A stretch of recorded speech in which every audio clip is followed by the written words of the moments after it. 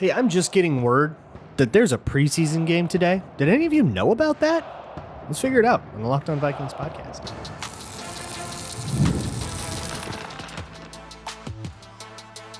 You are Locked On Vikings, your daily Minnesota Vikings podcast, part of the Locked On Podcast Network, your team every day.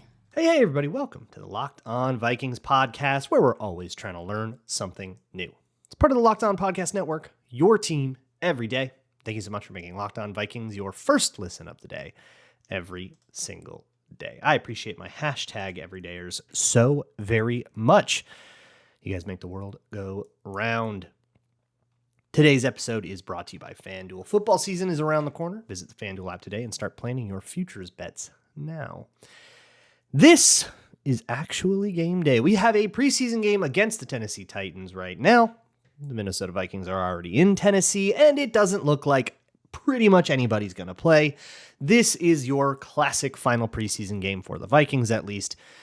The random back of the roster guys are going to play. People are going to get a chance to showcase themselves that have maybe already even been told or at least realized that they're not going to make this team, but maybe they can put on some good tape, catch on somewhere else. You're going to see position battles sort of resolve. And that's the main topic that I want to discuss today is what to watch for. What do we care about? You're not going to see J.J. McCarthy or Justin Jefferson or T.J. Hawkinson or Jonathan Grenard or any of your favorites. You're going to be looking at Levi Drake Rodriguez and Taki Taimani duking it out for position on the depth chart. You're going to see Elijah Williams do his level best to actually force his way onto this team as a possible seventh D tackle. But on the other side of the ball, you're going to see a tune-up for the first team. The Tennessee Titans are putting everybody out there. I asked Tyler Rowland, he does Locked On Titans. We do Locked On NFL together on Wednesday mornings. They're putting everybody out there, according to him at least. And he said that it's good that the Vikings are going to throw out a whole bunch of guys that are going to get cut on Tuesday because the Titans could maybe use the practice against some softer opponents because they've had a bit of a messy camp, at least according to him. So that, from our perspective, I think is kind of cool because it really is going to cut the teeth of, if somebody really shows out and earns a roster spot here, you're not necessarily going to be able to say, okay, but he did it against threes. Well, not if he did it in the beginning of the game against the ones. There's a real opportunity there. And perhaps no player has a more high-profile opportunity right now than Max Brosmer. Max Brosmer's been maybe the talk of camp. He feels like a Mr. Mankato shoe-in. He has played a lot better than you thought he was going to. He's climbed his way up the depth chart as an undrafted rookie. It's your classic camp story. And yeah, we'll probably forget about Max Brosmer come this time next week, and we're going to start focusing on the Chicago Bears Monday Night Football. But for now, he is the storyline to me. And that backup QB position in general. I'm actually going to put a pin in that because what I promised you earlier this week was a rundown of Max Brosmer's game. I'm going to give you that. So put a pin in it, and I will circle back to that later in the show. But first off, a couple of other position battles that you may want to watch. There are a few positions where you're just waiting for someone to emerge. Wide receiver is one of those.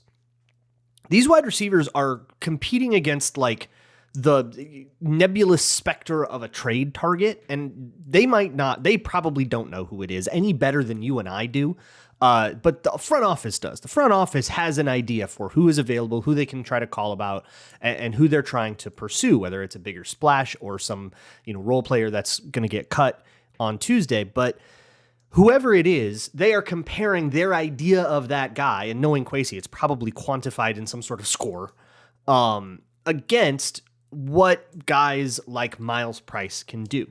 I think Myles Price is a fascinating case here because of the game he had against the Patriots and how weird it was, how good it was from the returner angle, but how many mistakes he made from scrimmage. I think for him, the nature of the game he has to have is one where he doesn't make any mistakes and the production doesn't go down, where he really does go, produce from scrimmage, continue to do the thing in the return, no fumbles, no penalties, sort of shed that taste in your mouth you have from that illegal procedure or the illegal shift or whatever the penalty was. or the substitution error, which Pete Bursic pointed out rightfully. Maybe that wasn't his fault, but his name is on the penalty. And then I think there was another route running error. Like, the mental mistakes, the oops, I did the wrong thing is bad enough from Myles Price where it might supersede what he has done as a returner, which you all saw, right? A couple of good punt returns, really good kick return. That goes a long way, but it doesn't make the team if you make a lot of mistakes. But if you can go into this one, at least be a normal as a returner. Just don't be a negative as a returner. You've already proven what you have to prove as a returner, but he's probably going to play a lot of this game from scrimmage. And I do think that if he shows out and shows that he can be a 53-man worthy rosterable players against the Titans ones if he gets to play him, then maybe you put the phone down and you go, okay, well, maybe this is our new Rondale Moore, right? Or do you just call up Brandon Powell at cutdown day and say, hey, you remember the scheme, right? Get in there. I think that's a totally fine thing. Another position battle where you're just waiting for someone to emerge is at tight end. Gavin Bartholomew still maybe just holds the position by default of being a drafted rookie, even though he has not practiced or played at all. And he'll probably start the season on some kind of PUP or IR designated to return, maybe even season-ending IR if his back injury is bad enough. I don't really know the extent of it, but it doesn't sound like there's really much expectation that he's going to be like ready for week one, and he hasn't really he's a 6th-round rookie. Like, those guys don't always make the team, even if they are healthy. So, again, set him aside, but like, if he were here, who would be taking this job from him? Ben Urasek seems to be the one with the most favor right now. And then next up is Giovanni Ricci, who joined in the middle of camp. And Nick Vanette, who joined even later, was the only tight end to produce anything against the Patriots. That's just receiving stats, and those were like checkdowns, right? That has more to do with the way the play played out, the way the coverage structures set up and stuff, than it does with like Nick Vanette playing well. He just sits out there in the flat, waits for the ball, right? That's all the flat thing is. There's not like a differentiating skill factor to that, right? Versus from one tight end to the next. But rather, you're looking at the blocking and all that stuff. And I think Urasek has been the best. Bryson Nesbitt is the other name to mention, who has been a little productive. He did actually get some production from Max Brosmer, so I forgot about him. He also was a productive tight end against Patriots, but he seems pretty buried on the depth chart. So Urasek feels like he's making the team, but like, he hasn't excelled and showed out and played really well, and he's made his fair share of mistakes blocking as well. So in a similar way to receiver, the specter of the guy that's not here yet, the guy that hasn't played, the big bad question mark is casting a shadow on on these players that aren't doing enough to get out from under that mystery shadow. This is a great opportunity for somebody to do that. Think about it hypothetically. If Giovanni Ricci has an awesome game, he's getting that job. If Bryson Nesbitt puts up 80 yards and scores a cool touchdown and makes a bunch of good blocks, he gets the job. Nobody else has done that. You're going to be the only one that's made it happen. And I think Urasek is the front runner, and I think with good reason he's the most likely to do that, but he's somebody I'm definitely watching. You're just waiting for anybody in that group to step up and take a roster spot that is wide open because the guy that was supposed to have it is hurt. Later in the show, we will discuss Max Brosmer and how his game went. That'll be probably most of the rest of the show. Today's episode is brought to you by Yahoo Fantasy. It is the best time of year. NFL kickoff is right around the corner, so if you haven't done your Yahoo Fantasy football draft yet and you haven't set up your league, you got to get on it. Everything I'm doing this year in fantasy football will be on Yahoo Fantasy, and you should too, whether you're a first-timer or a veteran making your millionth league. They have all kinds of great custom scoring options. That's why the Hell League, the infamous Hell League, if you've heard of it. If not, don't. Just like keep the ignorance is bliss. But if you have, you know how crazy and wacky that thing is. It's run through fantasy, and it works through Yahoo Fantasy. Despite James's best attempts to break it, it still runs smoothly. You can also play regular redraft, dynasty, and all kinds of other different like offshoots of fantasy if you're looking for a way to spice things up. To celebrate 28 years of fantasy football greatness, Yahoo Fantasy is dropping 28 big new features over 28 days throughout August. To kick it off, they just dropped the Yahoo Fantasy Guillotine Leagues, a killer new way to play Yahoo Fantasy football on Yahoo, where the lowest scoring team gets eliminated each week until there's one team left standing. With the season around the corner, now's the time to get your league together and give this new mode a try. Or if you're more into the classics, you can still play in head-to-head private leagues or join a public league. Stay tuned for more killer announcements and start playing Yahoo Fantasy Football now at yahoofantasy.com/lockedonnfl. Moving along here with the Locked On Vikings podcast. Boy, there's been a lot of talk about Max Brosmer. And yeah, he's absolutely like one of the last like question marks of this roster, this preseason. Is, who's going to win QB2? Is he even on the roster? And I think this may be different. I'm going to tease you a little bit more and just circle back to one of the things we discussed yesterday. It was a live show. It was chaotic. I was trying to like bounce stuff off with chat, but just to catch you up, the Vikings have been very in on the wide receiver trade market. Nothing has happened. They have a game tomorrow. They're all out of town. I don't know if just logistically you're going to be actually striking deals with anybody until everybody flies back in, right? You want everybody to be in the office, I guess, if you're going to start making those decisions about like draft picks and stuff, right? Plus, you get another game to see, right? To see who gets hurt around the league. And other teams might be waiting. You might have a handshake in place. Say, yeah, we'll trade you for this receiver. Let's get through this preseason game first, though, because if wide receiver 5 gets hurt, we might need him more and we might back out of this deal. So we'll wait for the week to transpire, is my guess. It could happen in the middle of it. Could be happening while you listen to this. Who knows, though? But with Pelissero and all the local beat guys all kind of echoing this, yes, the Vikings seem pretty intent on trading for a wide receiver. At least somebody to Band-Aid them over for the first couple of weeks while Jalen Naylor's hand is jammed and while Jordan Addison is suspended. Once those guys come back, the need completely dissipates. So this is very much a short-term Band-Aid kind of thing, which means you're probably not looking to spend like a second unless you're looking to really make a splash out of it. If you're really going like, hey, what's up, Chris Olave? Hey, Saints, you guys suck. You want to maybe like think about going fully into the tank? What about that? What about everybody's been talking about Adam Thielen. There's all this steam about Adam Thielen. Kevin O'Connell had a weird reaction when asked about Adam Thielen by Kay Adams, and everybody's reading into it and stuff. I still just don't see the logic from Carolina's side unless they're really high on both of their youngsters, and they were not high on one of them last year. Maybe things have changed. I'll have to try to get in touch with Julian about that, who does Locked On Panthers, to see what the deal is. Maybe things have changed, but if they can work that out, I mean, I'd love it. It'd be awesome to me. I just don't really see Carolina. Like, I think Adam Thielen's still good. Why would Carolina give that up? They've got a young quarterback too, But if they're trying to make that splash, that's different. But like otherwise, you're looking at who like busted in the draft in the last couple of years. What's everybody doing with their Quentin Johnston? If Quentin Johnston's even alive, or similar, right? Your Jonathan Mingos. Don't look up my draft take on him.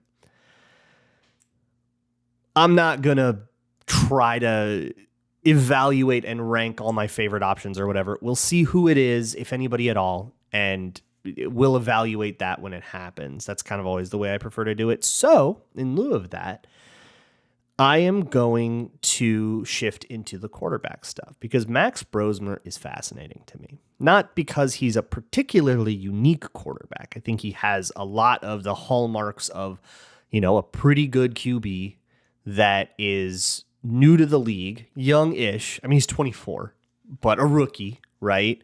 So novice, even though he spent a long time in college, right? Spent a lot of time at New Hampshire, did the grad transfer thing in Minnesota. And you can kind of tell that he's got a lot of experience just playing quarterback at a high speed. This is not your like Trey Lance situation where he's only played 19 games and you can, but it's all potential. It's kind of the opposite of that, right? That's always been the deal. So after the Patriots game, I put together a video about Max Brosmer's game. I went over every play, just went over the entire half, at least of pass plays. Pete Burcich also did the same thing. He was on the show earlier talking about it. He released his YouTube video. It's also fantastic. He revealed some things that I absolutely didn't see. And there's sometimes when what I said in my video is just wrong and his was right. And there's stuff that I talk about in my video that he doesn't touch on at all. So I think actually the two of them complement very, very well because we took really different approaches. Burcich is very much taking more the X's and O's approach, and I'm more so going for the technique, the pocket presence, the sort of the physicality of it. And that was really what got me to sort of slow my roll on Max Brosmer a little bit in the game that he had against the Patriots. And I'm going to be curious to see if he has the same kind of game here against the Titans.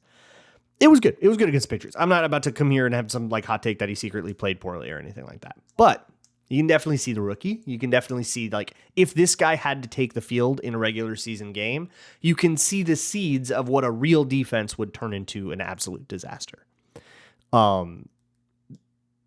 Real edge rusher, any kind of pressure, really bad things can start happening. And I think a true pro NFL defense made of starters would smell that blood in the water. But the rest of the show is going to be Brosmer, by the way. So this is what I've been waiting to talk to you about all week. The actual, I'll call it the jugs machine analysis, right? Did he put the ball where he wanted to put the ball? Was it where it was supposed to be, when it was supposed to be? Is a big yes. It was awesome, right? There was that rainbowy thing down the field to Tim Jones. There was the 4th and 17, which is absolutely unreal play. And the 3rd and 17 before it could have been a really cool play if I think it was Myles Price, if I recall. Correct me if I'm wrong.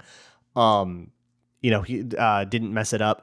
But all of that, I think we kind of understood already about Max Brosmer, right? You knew he could put the ball where he wanted to. And as an older rookie quarterback, you sort of expect that. You definitely don't want to bring in a guy that's already 24 and then have to fix everything about him, right?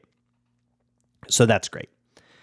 And the reads were also really nice. I think because you get a little preseason-y sometimes with reads where there are these vanilla zones and these really easy peasy reads that everybody's been doing since youth football about how to throw a corner versus cover 3, or you wouldn't do that, but how to throw the over when it's quarters, that kind of stuff. And how to read that stuff. And then you see those super vanilla basic defenses. And so it looks like they're way more comfortable than they actually will be when you see stuff that's disguised and a little funky and a little bit, and then there's a guy that has more range than you're used to, and the actual problems that the NFL will throw at you in the regular season. And so from a reads perspective, he did fine. But I do think that some of that stuff was preseason-y. The first and second reads were there a lot, and he's right to take them, but you just going to have to kind of temper the way that you feel about it. But what I think concerns me about Brosmer is the way that he handles pressure, and it didn't really get him last week, but it's one of the things I'm going to be searching for the most is what happens when Brosmer is under pressure and how well he can stop pressure from turning a tough play into a big loss. Let me explain more about that next on Locked On Vikings. This episode of Locked On Vikings is brought to you by Betterhelp. If you're the kind of person that panicked about Kevin O'Connell getting traded, panicked about Justin Jefferson demanding a trade to Cincinnati, panicked about Kwesi Adofo-Mensah not having a contract, panicked about Aaron Rodgers, and now maybe you're panicking about whether or not they can get Adam Thielen, you might need therapy. You maybe should talk to a licensed therapist through BetterHelp. BetterHelp is all about making therapy accessible. It's online. It's easy. It's suited to your schedule. You can do it just through text or just through video or however you're comfortable, which can help get over that hurdle of I would want to try therapy, but I can't fit it into my busy schedule. I work 9 to 5. These offices aren't open. They have over 30,000 therapists, by the way, and they'll match one up that they think is right for you. But if it doesn't work, you can switch for no additional cost. And I highly recommend that you take advantage of that feature. So many people who get into therapy, they don't match well with the first person that they try. And they go, this stuff isn't for me. When in reality, if they had talked to a different therapist, they would have a totally different experience, entirely. Talk it out with BetterHelp. our listeners get 10% off of their first month at betterhelp.com/lockedon. That's BetterHelp, HELP.com/lockedon. Moving along here with the Locked On Vikings podcast. Let's keep talking about Brosmer. I think he's the 1A story for this, and it's the thing I want to leave you with before the game starts, which will happen later today, 7 o'clock Central. When Brosmer feels pressure, and note that I say when he feels pressure, not when there is pressure. When he feels pressure, he's way too willing to give up his base. That is the problem. And if you understand exactly what I'm talking about there, congratulations, you get it. For everybody who isn't quite familiar with what I mean, let me explain. So when you get to a certain launch point, most NFL offenses have a dedicated launch point for where they want to be. And usually it's right behind the center, but sometimes you want to like dovetail it or, adjust it a little bit to get the right angle or the throwing lane or whatever. These things are like pretty dialed in. And so when you get to whatever your launch point is, you want to stay there and you want your feet to be at the right angle. When I went over Brosmer from the first preseason game, there were 2 misses that I found a little concerning, or that I thought were like really, truly, just bad throws. Just like, hey, you did the right thing, but they were either early or whatever, and they just didn't hit the mark that he meant to hit. It was just twice, so it wasn't a huge deal, but both of them were caused, in my opinion at least, by his feet not being lined up where they should be. Or at least that is to say, the ball went where his toes were pointing. When you set up, you got one foot next to the other, draw a line from toe to toe, that arrow is where the ball is going to go. And Brosmer's mechanically sound enough where that's going to consistently be true. That's a good thing. But that means that if your feet are pointing the wrong way, or if you're late and therefore, your feet are no longer on the right track because the window has moved past you, that means that if you can't adjust your throwing angle or rehitch or figure something out, you're going to throw some misses. You're going to throw behind or ahead of the guy. It's going to be tough. Cut to the Patriots game, and Brosmer was a lot better at setting that thing up. And every time he was setting up and throwing on time, which is, anytime the play allowed him to, he was able to find that, which is awesome and probably is the headline for me. Let me make that abundantly clear that like the rhythm and timing with Brosmer was by and large pretty good for a rookie. That is awesome. And it pays out all the stuff that we've been hearing from the organization about him, like picking up the scheme really fast and being this like model rookie. Okay, we saw that because that timing, that mental stuff is really cool. But when there is pressure, you have to be able to sort of rescue the parts of the play that you need. I think J.J. McCarthy, by the way, is a demon at this. I think he's awesome at this. It's my favorite thing about him. And it has been since I was scouting him at Michigan before the 2024 draft, and I even knew he was a Viking. I was like, this dude rules in the pocket. And the reason this dude rules in the pocket is because he's really good at these tiny little motions. If you're in the pocket and there's a guy coming from your right, or I guess it looks like left to you because my camera's mirrored, but if there's a guy coming from one side, your instinct needs to, first you need to make the decision, right? Am I like bailing and running away from this guy? But if he's just going to cramp your space a little bit, and there's a little bit of a space up ahead of you, and you can just really quickly kind of shuffle your feet up and then have your space back, you can continue with the play and still deliver the ball on time. I thought J.J. McCarthy did a fantastic job of that. It makes your O-line look better than they are. It makes your receivers look better than they are. It makes the play calls look better than they are when you can do that. And I thought he did that at Michigan when they passed. And I thought that I think that he's done that too in the preseason, even in training camp videos, you can see that. He's great at it, those little movements. And what he's so good at is not only choosing the time to deploy a tiny little movement really well, right? Just that sort of sixth sense for space. Maybe it's the hockey brain, that sixth sense for space. And just knowing like, hey, there's a guy kind of creeping up on me. I need to give myself a little extra space or rescue an angle. There's like a spatial awareness to it that you can't be calculating. It's just a feel that he just has. But also every time he does that, he stays on a strong throwing base. So a little bit of pressure just doesn't matter. He's just throwing the same pass, but from a little bit over here now. When Brosmer feels a little bit of pressure, he's not like bailing out of the pocket like crazy, right? In a concerning way, but rather he tries those little movements. He wants to do those little movements. And I think he's making good decisions for the most part about them, but he's not keeping that base. He's letting his feet go wild. He's letting his base go crazy. And a lot of times he's squaring his hips. So he's just standing straight like cowboy style, draw like to the front of the field. And then to throw, he's going to have to reset his hips. So he's turned what should be one little movement into a two-step thing, and you just don't have that kind of time in the pocket. Time is measured in steps. You don't have time to waste one. That's the main point about Brosmer that I think like concerned me, but that is very young QB stuff. So here's where I stand on this QB battle going into the next game. I do still think Sam Howell is QB2. I know he had a terrible game. That's the Sam Howell experience. He also threw 5 passes. I'm not going to freak out over a bad singular like drive or two where he only threw it 5 times. That doesn't supersede like the whole body of work that we have. And you know, the first game, which was better, he played more of, so it's fine. The Brett Rippon thing, I'm pretty unmoved by. I do think the Vikings need to have at least one veteran in that room that's a player. That's not, I mean, they do have Josh McCown and Kevin O'Connell are both veteran, you know, former Jets, but they're both coaches, right? And the relationship is different, and just the rules of engagement are different with a player versus a coach. I do want somebody with a little bit of experience in there. If you are going to get rid of Howell and Rippon and everybody, okay, but you know, give me somebody older that has been around the block. My thing for the whole offseason was, okay, if it's going to be whoever this backup quarterback is going to be, I kind of want it to be somebody who is draft busted so that, you know, early struggles, somebody who's succumbed to early struggles can be like, here's what happened in my mind, right? And I don't think you can call Sam Howell that because he was a 5th round pick and he was like starting his rookie year. That's a pretty good outcome.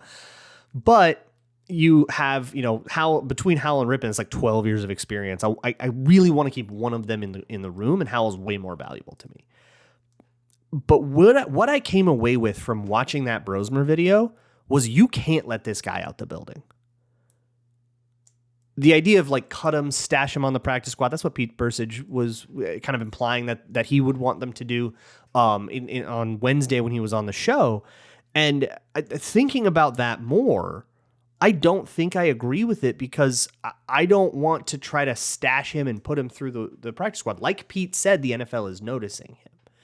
And QB3 to me on any 53-man roster is the place for a Devy QB, a guy that's shown promise but isn't ready. That's what we're seeing. There's promise all over the place. But because of this pocket presence issue, I do not think he is ready.